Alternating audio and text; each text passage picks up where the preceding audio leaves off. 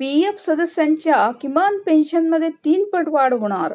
कोट्यवधी कर्मचाऱ्यांना याचा फायदा होणार. तर पाहूया कोणता फायदा यामध्ये होणार आहे कर्मचाऱ्यांना, त्याबद्दल संपूर्ण माहिती. तर तुम्ही जर खाजगी क्षेत्रात काम करत असाल आणि तुमच्या नावावर पीएफ जमा होत असेल तर तुमच्यासाठी आनंदाची बातमी आहे. केंद्र सरकार कर्मचारी पेन्शन योजनेअंतर्गत किमान पेन्शन 1,000 रुपयावरून 3,000 रुपये करण्याची तयारी करत आहे. आता ही वाढ पुढील काही महिन्यात लागू केली जाऊ शकते, असे सरकारी सूत्रांनी सांगितले आहे. आता मनी कंट्रोलच्या अहवालानुसार एका अधिकाऱ्याने सांगितले की आम्ही किमान पेन्शनची रक्कम दरमहा 3,000 रुपये वाढवणार आहोत.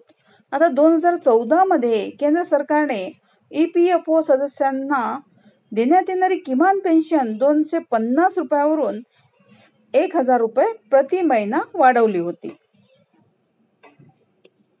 तर खाजगी क्षेत्रात काम करणाऱ्या कर्मचाऱ्यांच्या मूळ पगाराच्या 12% रक्कम EPF खात्यासाठी कापली जाते.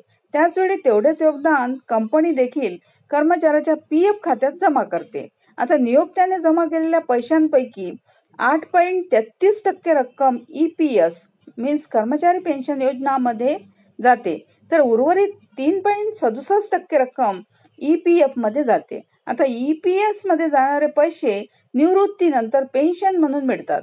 2020 मध्ये कामगार मंत्रालयाने EPS अंतर्गत किमान पेन्शन दरमहा 2,000 रुपये वाढवण्याचा प्रस्ताव अर्थ मंत्रालयाकडे पाठवला होता, पण त्याला मंजुरी मिळाली नव्हती.